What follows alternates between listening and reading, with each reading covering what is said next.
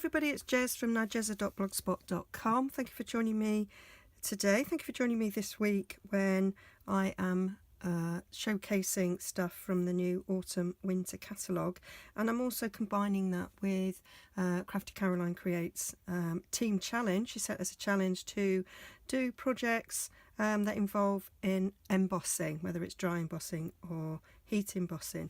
So I have made this little milk carton box. I've designed it so that you can get two out of a piece of A4 cardstock, so that they're quite economical, and I've used some embellishments from the Trim Your Stocking. That's just a little silver bell, and I've used the Snowflake from the Snowflakes Sentiments stamp set, which I love snowflakes. I love the look of silver against whisper white there. So I'll show you how I did it. So you start with a piece of whisper white cardstock, which is 8 1/4, which is the width of A4, by 5 1/2. It would work as well with American sizes. You just have a little bigger flap that you're folding over. So on the long side, we're going to score at 1 7/8, at 3 3/4, at 5 5/8, and at 7 1/2. And then we're going to flip it around to the short side, and we're going to score at 1 7/8, 3 3/4, and 5. All these measurements will be on my blog as per usual. So the box bit, you're not going to see this bottom row at all because that's the bottom of the box. This is the bit that's going to fold over. So this is the bit where we're going to do the stamping. This is the bit where I want my snowflakes, and the snowflake fits really nicely in that little square. So we're going to ink up on some clear pigment ink like our Versamark, and stamp it down. And I'm going to do these one at a time because I tried this in practice when I did actually do them all, and the first one had kind of dried a little bit too much. So there we go, bit of silver powder there.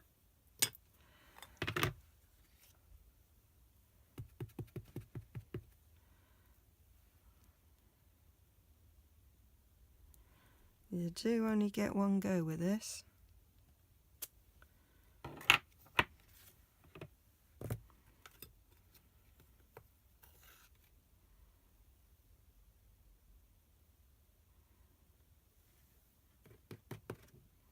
I don't have an embossing buddy, which would be useful at times because sometimes it does stick to the paper just through sort of static, which is why we have an embossing buddy to take away the static that's that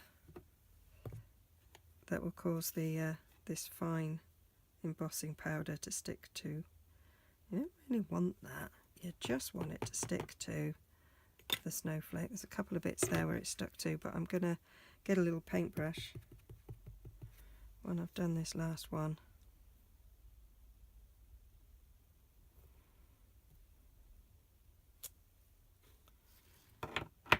to flick them off.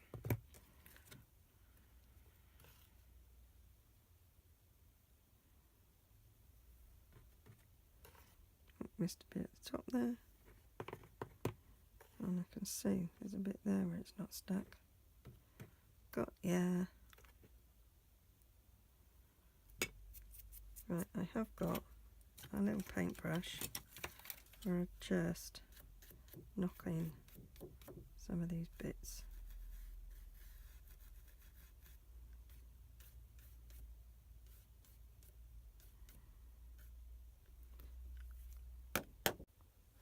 Okay, as I was filming that, the phone went, so then I had to stop. Well, it stopped. The phone is my camera, so it just stopped anyway. So this will be interesting because this has been left for about an hour now, and I haven't used my heat gun on it. So let's see if it works. It's a good test, really, isn't it? So I'm going to turn it on. So I apologise for the noise if you want to put your volume down now, rather than get deafened.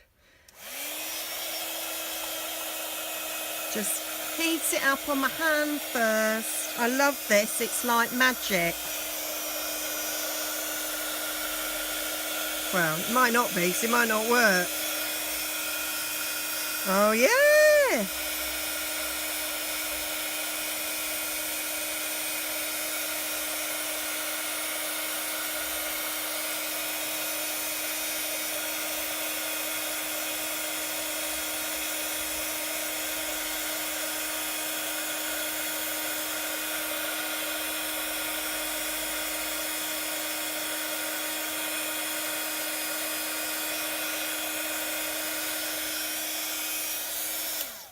Well, there you go. So despite being left for an hour, and over an hour in fact, it's still embossed. How cool's that? Ah, there, now we know. Right, so let's get on with the job of making this box. So we're going to cut this little bit off here, just this little bit here, and then I'm giving this time to sort of properly dry. That's sort of why I'm stalling a little bit. So I'm going to cut up there, and then we'll cut here and notch in a bit. Okay, I'm going to cut up again there because I didn't do that very straight.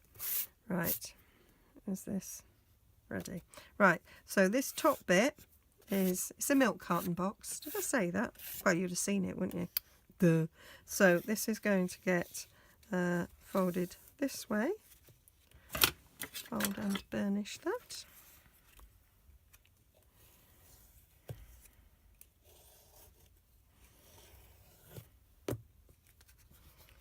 And then everything else is going to get folded the other way.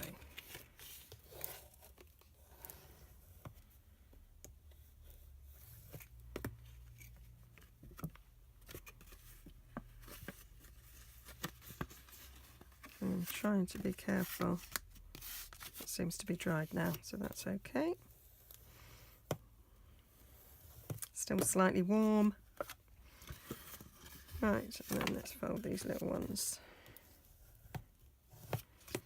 I can't remember the last time I heat embossed. I think it was for a wedding card about a year ago. I used to do it all the time, and then I just stopped doing it. But my upline, Crafty Caroline, has set the team a challenge of creating things, new things, that involves embossing, and it can be heat embossing or dry embossing. So hence why I'm doing quite a bit of embossing, and I've done quite a few projects now with dry embossing, and here's heat embossing. Right, so we are going to, if that is going around like that, that means this one's the front one. So this is the one that I don't want notching, and I'll notch all the others. So I prefer to do it on the back. So I'll cut up straight and then cut a notch, cut up straight and cut a notch, get rid of them. And then this one is going to be notched, so I won't cut up straight, I'll just cut in.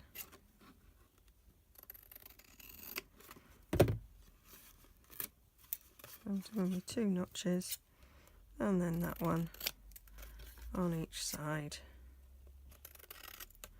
And that's that. I ripped a bit there. What the heck. Right, so I'm going to get some Tombow.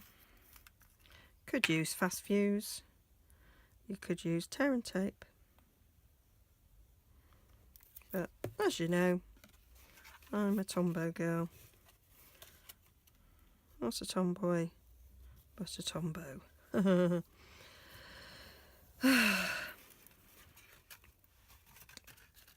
So just have to hold Tombow for a few seconds. But it is. Then, which side is it? Right, that's the back. So this is the front. So these are all folding in. I'm going to put a little bit of glue as I fold them over.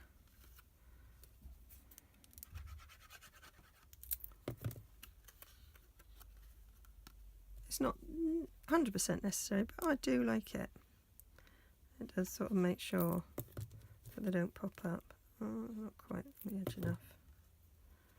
Okay, hold them down and then turn it upside down, and with my bone folder, actually what I can do is use the flat end of your Tombow. 1,000,001 uses for Tombow, quite like that. Okay, and then you just fold those sides in and give them a pinch, and then that's it. That's your basic box with the pretty little snowflakes all the way around. And then to fasten the box, I've got some of our do you know, I learnt what this ribbon was called, and then I've had a phone call, I've gone to the garage, I've picked up the car after having its MOT, and I've completely forgotten what it's called, and I think it's called something like gilt edge ribbon. Don't know. We've got whisper white and gold, and very whisper white and silver, and very vanilla and gold trims. Very beautiful, and goes perfectly with this project, I think. Right, so I'm just going to make 2 little holes, and I'm going to use my crocodile because I've got one.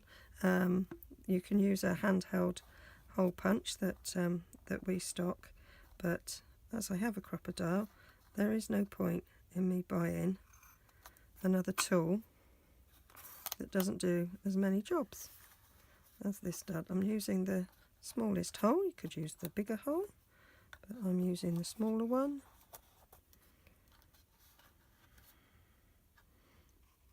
I love my crocodile. I did lose it for about a year.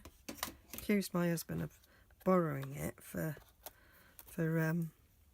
putting a hole in some jeans on a belt, not jeans, a belt, and not giving it back. And he went, I'll give it you back. And for about a year, and I nearly bought another one. And anyway, turns out I did have it after all. I'd put it in a bag somewhere from a holiday at Easter, and when I was packing again and using the same bag for the following Easter, when I was going on holiday again, there it was. I didn't tell him. But there we are. So just feeding that through. I've already cut this. It's about, what did I work out? It's about 15 inches, something like that. That's what I cut. I did a practice one, so I tied this on the practice one so that I would know the length.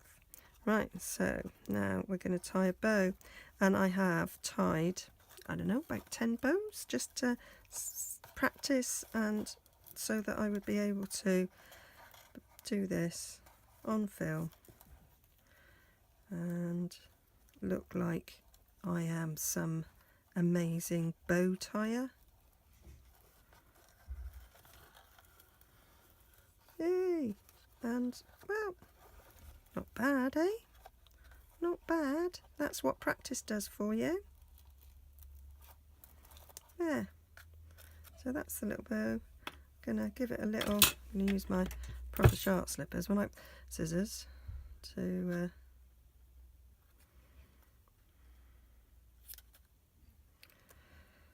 trim the end off. Do you know?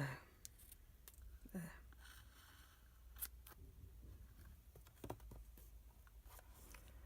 I might have been able to tie the bow, but I can't snip the ribbon. There we go. Right, and then just to finish off, I was going to do a little sentiment. So I am going back to one of my old favourites, which is the little Merry Christmas out of the teeny tiny sayings. I really, really like this Merry Christmas. So I've got a scrap of whisper. Well, it's not a scrap, is it? That's a major piece. That could be old top. But anyway, I'm going to use this end. And so I'm going to heat emboss this too. Lift the lid and move that. Gauge your brain, Jess. There we go.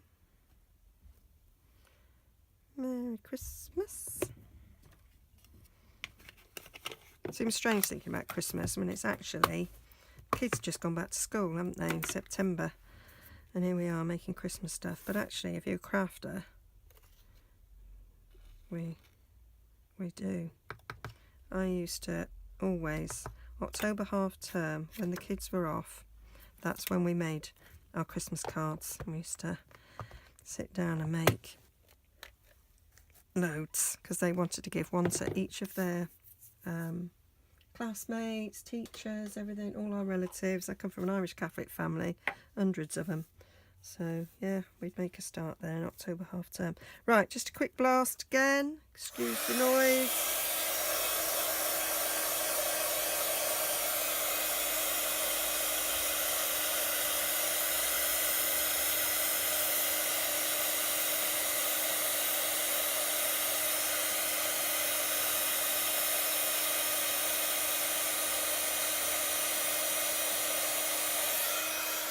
There we go. My heat tool is as old as the hills, and that took quite a bit of time. Still, it works, doesn't it? One in a hurry. Let's make sure that that is.